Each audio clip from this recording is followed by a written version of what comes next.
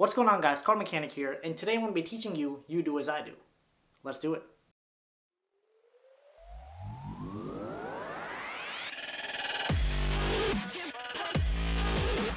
So like I was saying earlier, this trick is known as you do as I do, and it's from the Encyclopedia of Card Tricks. And for me, it's a great trick for beginners because it's extremely simple to perform. It requires very minimal effort, and it's also a lot of fun to perform. So let's do it. Now for this trick, I like using two decks. I like using a red packet and a blue packet. This could also be done with any other kind of decks. You could also be done with one deck. You can just go with two halves instead of using two whole decks. But we'll get into all that later on. So starting off with the trick, I have a spectator select a deck. Let's say they select the red deck. So I'm going to take the red deck as the performer, and I'm going to give the spectator the blue deck. And the reason we're not, giving the person the deck they selected right now is because we're going to shuffle each other's deck. And the whole purpose of you do as I do is to have the spectator copy pretty much what you're doing. So I just like to start off by giving a couple simple shuffles. So I'd pretty much just start off with the basic overhand shuffle because the spectators find that a little easier to do, especially if they have zero skill with cards. So boom. They shuffled, I shuffled, and now we're just going to switch the packets back. And now I'm going to tell the spectator, spread out your cards. And of course the spectator may not be the best at spreading out cards. They may go crazy, have cards flying everywhere, which is very difficult to do, but it has happened. So be careful out there. So anyway, the spectator spreads out their packet as well. And then I tell the spectator to select a card, and I will select a card as well. So let's just say I go here, I select my card, take a look at it, put it to the side, and let's say we have a spectator select a card. There's the spectator's card, and we'll put that over to the side as well. So now we'll take our decks, square them up. The spectator will put their card on top of their deck, and I'm going to put my card on top of my deck, just like this. And then I'm going to give the deck a cut, and the spectator will also give the deck a cut. So boom, boom, boom, boom. Now once that is complete, me and the spectator are going to switch decks again. And I'm going to tell the spectator to go into my deck and pull out their card, and I will do the same thing with the spectator's deck. So I come here, I go through, I find my card, if I could find it. I found my card. I'll take that, put it to the side right here. The spectator also goes to the deck, finds their card. Finds their card, puts it here, and then we do the card reveal on 3.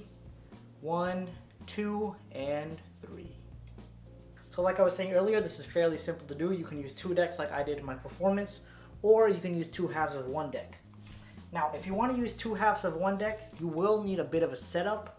You'll need to separate the cards with clubs or just a red-black on one half and red-black on another half. So the way I usually separate it, I usually do clubs and diamonds and spades and hearts.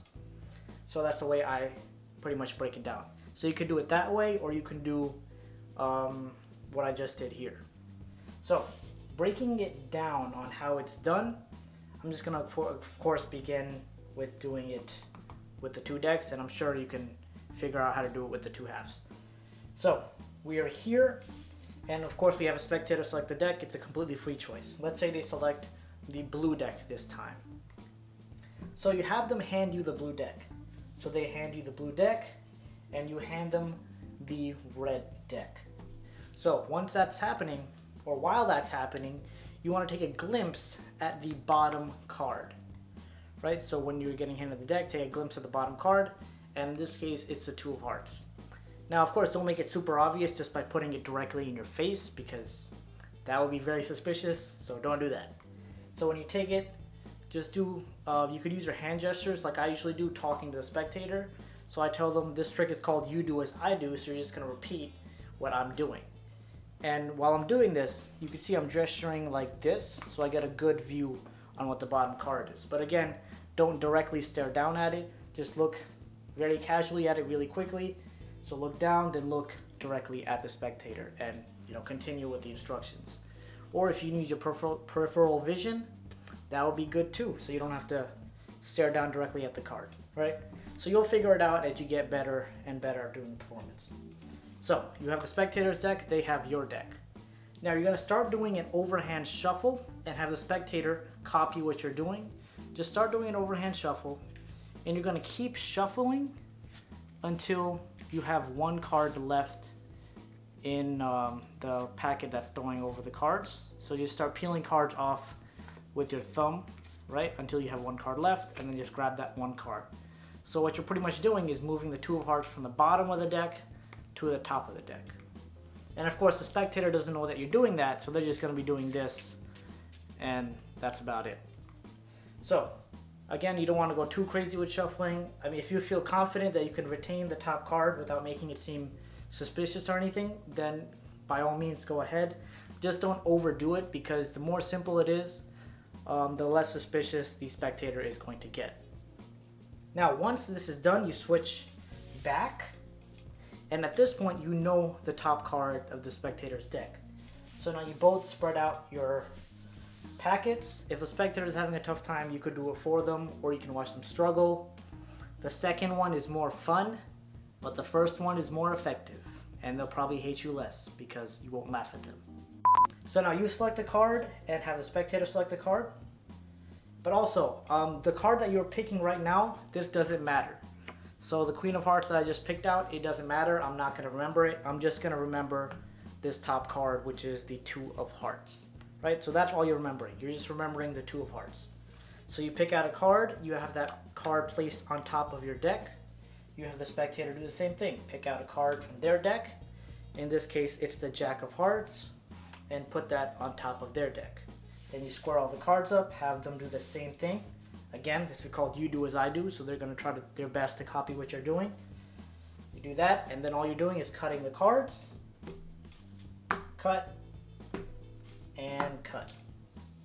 Now once you're here, the trick is pretty much done. You switch back with the spectator, so you take their deck, they take your deck. You tell them to select, you pick out their card from your deck, and you're going to do the same with their deck. Now of course you don't know what their card is, but you're using your Two of Hearts as the key card, so when you go through, you should see the spectator's card located right above the Two of Hearts, and there's the Two of Hearts right there, and that's the spectator's card, the Jack of Hearts. So you pull that out, you put that down, they do the same thing, they pull out their card, which of course is the Jack of Hearts, they put that down, and then you can reveal on 3, do whatever you want.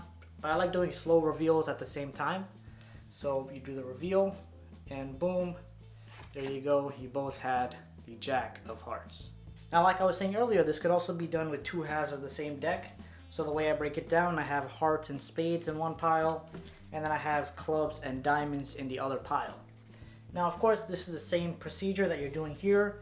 You shuffle each other's deck. Remember the bottom card. In this case, it's the Jack of Hearts. You remember that. You shuffle that to the top. They do the same thing. You guys switch piles, spread out. They pick out a card. You pick out a card. So you put that on top. They put that on top. And in this case, it's a 5 of spades. They put that on top. You shuffle that up. Give it a cut. Give it a cut. And switch back. Now, of course, till that part, everything is the same.